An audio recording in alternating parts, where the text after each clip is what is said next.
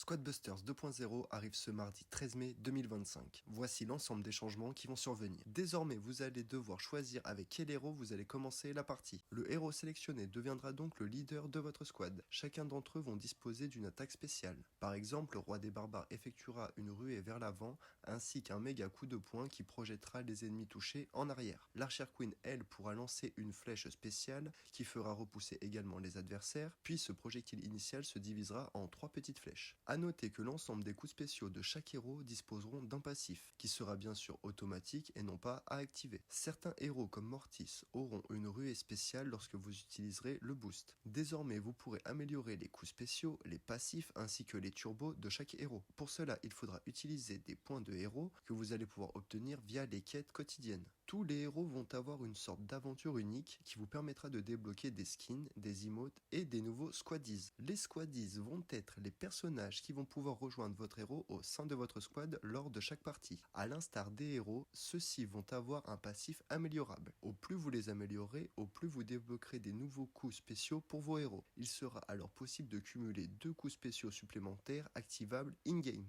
Les squaddies auront 5 stades d'amélioration.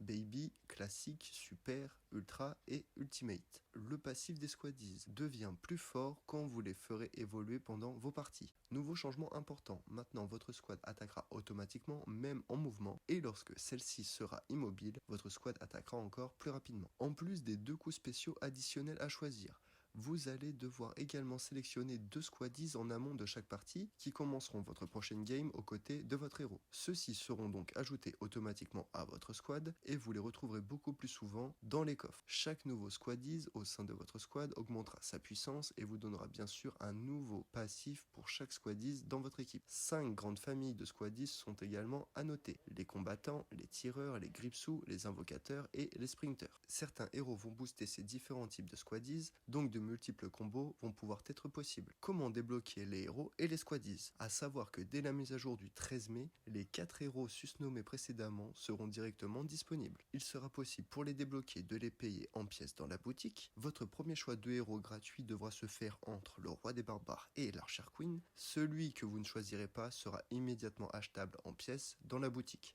Seul Mortis parmi les 4 héros pourra être obtenu via l'événement Mega Pignata. Lors de l'ouverture de chaque Pignata, vous allez avoir une chance de le débloquer. Certains modes vont être définitivement supprimés et Shelly, Béa et Max vont avoir une version Ultimate. Les mégas vont faire leur retour, mais d'une nouvelle manière. Désormais, avoir 2 squaddies identiques dans votre squad les fera directement fusionner. Rajouter un autre squaddies identique à ceux déjà fusionnés vous donnera maintenant un méga squaddies. Ceux-ci auront des dégâts et des PV